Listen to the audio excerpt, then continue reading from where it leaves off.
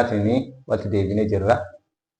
Egaa gaddaa turbee nu eegannee har'aa kunoo Waaqni nu gargaaree jennaani qabanee dhufnee jirra. Waaqa abbaa gubbaa maqaan isaa eebbifamu isin gargaaree guyyaa har'aatiin ga'ee carraa kan nuu kenne jiraata maqaan isaa eebbifamu. Maqaan kiyyaa Gala Mallichaa jedhama. Kanaaf boon naa baase Gala Mallichaati. Waaqni naa baase namni ta'e Waaqni nama addare. Waaqni biyya keessa na fuudhee biyya na mul'ise humni seexana naaf kuffise. Kun maqaa Waaqni naan baase. Namni yeroon biyya kee jiru Waaqni biyya addare. Seenaa guddaa qaba. Seenaan an qabnu guddaan Yeesoo lallaba, Yeesoo tajaajila. Nama Yeesooti seenaa guddaa qaba. Seenaan kiyya Gooftaan na gargaare himameen dhufu.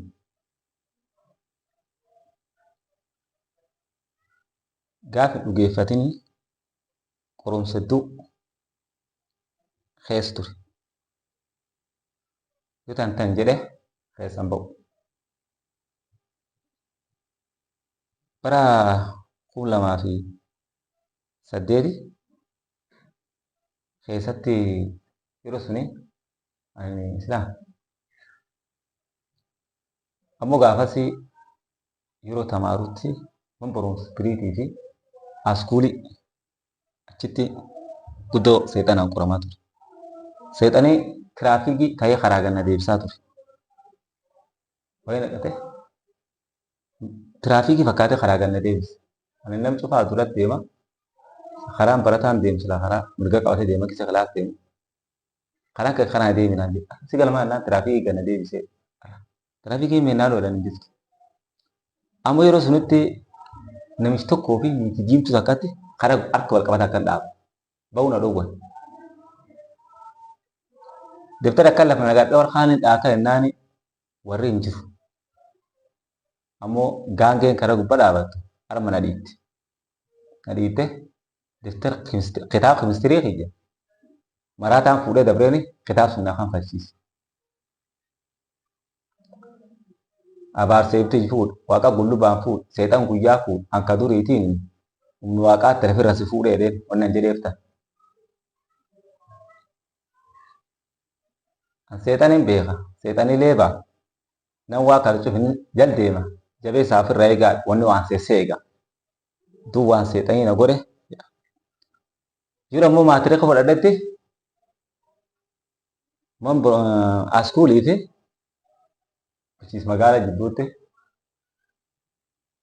yeroo kana yuunifoormiin irra ciree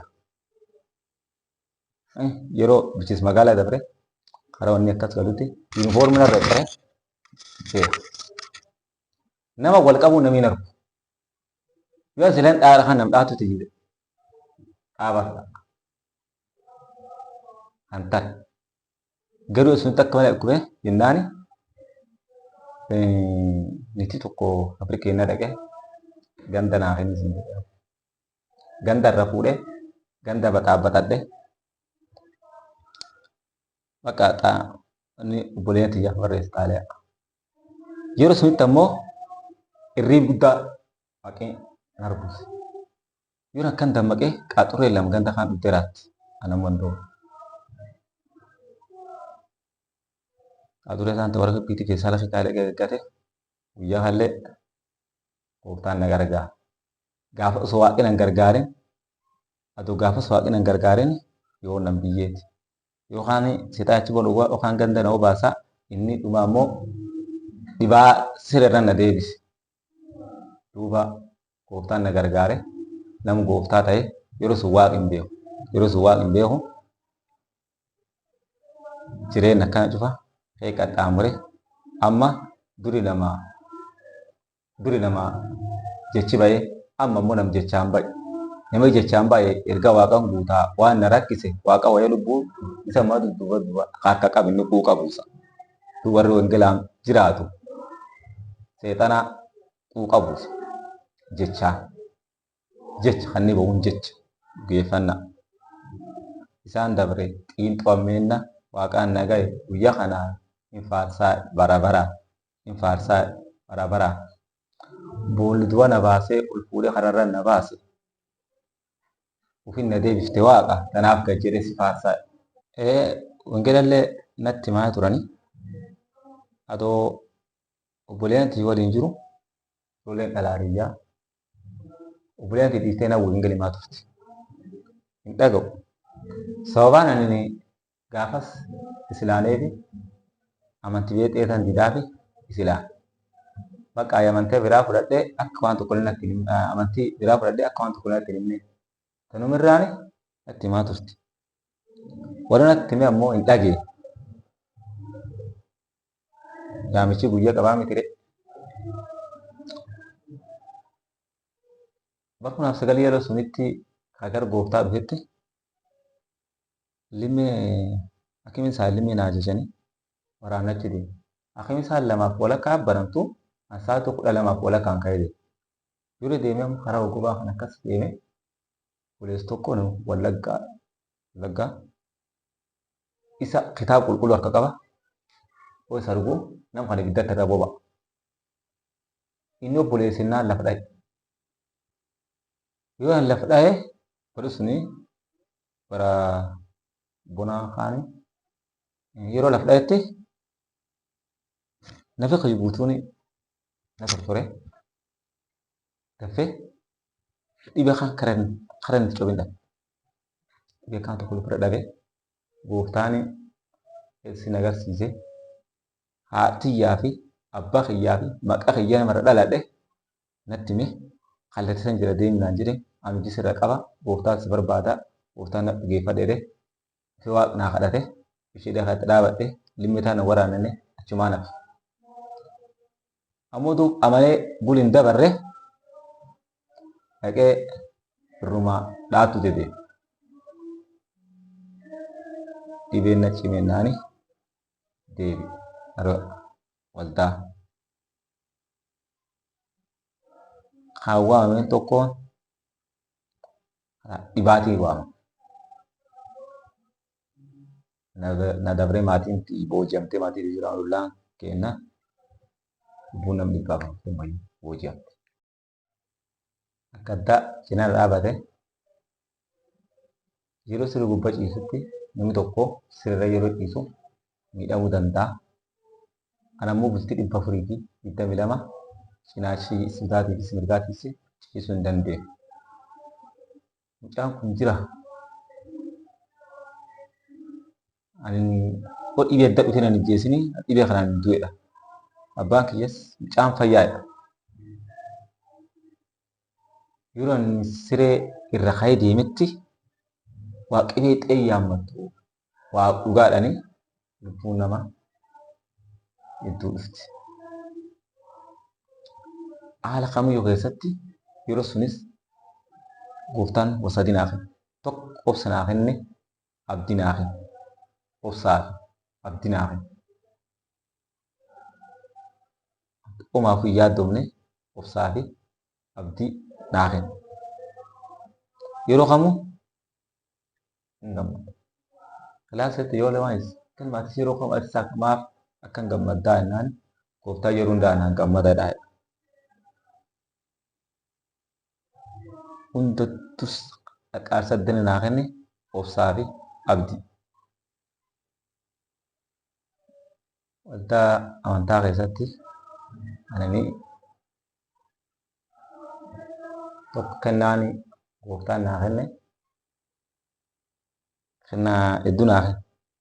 Kennaa hedduu naa kenne ammoo waldaa bahee tajaajilaa tureen tokko walaloodha. Inni lammaffaan faaruudha. Ammoo wanni cuftii mul'attee baati.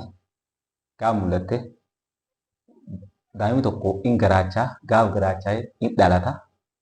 Gaaf dhalate namni suni dhiirmoo dubdeettidhanii daa'imni sun lafatti hin argan. Tokko wanna argadhe tokkoon jireenya gooftaan jiraatanii jireenya nagaa tasgabbii argadhe jira. Inni kaani Yeesoo qabaachuu jechuun qabeen cuf caalu qabeenyi tokkoon lubbuun tattee sorga jechuun qabeenyi guddaa. Namni qabeenya lafa danda'a. Gooftaa akkuma jecha keessa barraa'e namni naan jiraatu yoo naa qajeelu yoo jettee naan bulte urmiillee hin dheeratta. Waa mata taatan kitaaba qabacha seera 28 irratti yoo irra ilaallu mata taatan malee eegen taataniidha. Warra miidiyaa kana hordofuu jiruuf dhaamsee qabu namni tokko osoo fayya qabu osoo harka miilaan fayya qabu ani rakkadhe ani ijoommadhe ani dhibame bakka waan gadhee dubbachuu danda'a. Fayya qabduufu gooftaa galateessi. Fayya waaqi sii kenneefu qaama kee fayya kenneefu gooftaa galateessidha. Fayya argachuun qabeen cuf caalu fayyaaf nagaa argachuun qabeen cuf caalu fayya birriin hin bittu nagaa birriin hin bittu. Warri ammoo yeesu argatu adoo dhibe qabu dhibe sun hin argu fayyin arga. Adoo rakkoo qabu rakkoo sun hin argu bal'in arga. Maan jennaani warri yeesoo jiraatu waa kadhata waaqi itti dubbata. Nam cufa waaqi itti dubbata. Eenyullee taanaani waaqi nam hundaayyuu abba malee abbeeraa miti. Kanaafuu gooftaan sana eebbisinnaa warri hordofuu jettanii gooftaan sana eebbisuu dhaamsanii qabu. Kana warri gooftaan beennelleeni gooftaa fudhadhaa yeesoon baafamu lubbuuti. Lubbuun tantee akka isiin jireenya barbara dhaaltuu fi gargi gooftaa hootaa saniin jedha yaamicha sanii godha. Asirratti walaloo gabaabdu takkaanii hin goolaba. Lamindoot jedhee yeesoon na yaammate daaraar dafe jedhee yeesoon na hedate wabi lubbuu tiyya wabi jiruu tiyya deebiin dagadhu seena yeessoo kiyya deebiin dagadhu seena yeessoo kiyya. Guddoon karaa qoraa baddadhaan tiraasa wengela jettee beeleksitee gara maree nun galla mootummaan ta'e warra kan beekate farra kan beekne farra aduun baatin dhiiti arritillee bara guyyaa muummee har'a waa noora aglaftaner jiru wengela kan kee kana kayyaa. Lafur gooftu qabna jedhee tanaaf ta'a biilafaatiin seenee saamnu torka'a yoo tokkummaa dhaabbanne irreen xinna dhaqa waan mi'ooftu nyaanna damma fooyi dhadha kan caalan jecha waaqa ofirruma qabna dhaloota kunuunde ofirruma qabna dhaloota kunuunde. Wingelii gati guddoo qaba yoo wareegamtellee chaappayeessoo qabda gubbaa harguddaa qabda abboo gubbaa harguddaa qabda. Kitaaba hayyoota keessatti jaarti tokko jira iyyeetti duuba namni waaqa dhufe jennaan duuba akkan jedhu duuba achitti ergaan tuni. Namni achiin ba'u waa suufata namiman seenu waa afaan buufata adoo dhabi jiru waaqirraan buufata dhab keessallee waaqi namsan suuqataa dhab keessallee waaqi namsan suuqataa. Baroo kun warra kadhatuuf baroo kun barmuudama dhaloota kanaafi waaqeen quuqama dhugaa waaqa afaan hin buutu hinaaftuun dandeetee nutti hin buutu dhugaa waaqa afaan hin buutu hinaaftuun dandeetee nutti hin buutu. Dhugaa wengela afaan nun buutu qabsun dandeetee nutti hin buutu. Seexana fooni lafti waliin jira yaadi adoo waliin jiranu hafooni ammaati yaadi adoo waliin jiranu hafooni ammaati yaadi. Ta fooni dhiisi ta lafaachi dhiisi ta seexanaachi dhiisi awwaaq seena jijjiiru yaad diinaa dhufee micciiru ilma kiyya gana guddatta addunyaa irratti gana mul'atta ilma kiyya anas si guddisa addunyaa irra si mul'isa hundiina siin kuffisaa. Waan sirra bu'ee waaqa agarsiisii baay'isisii seexan mamsiisii seena kalee si dagachiisaa tajaajila si eebbisa xiyyaara barariisee ardi torbir si deemsisaa xiyyaara barariisee ardi torbirra si deemsisaa. Wengeelli qorsaa hin barbaachisaa dhufuu qoraatti nu dura kaachisaa isimaantu nu yaachisaa waaqi kakutee nu nyaachisa waaqi kakutee nu dhaachisa.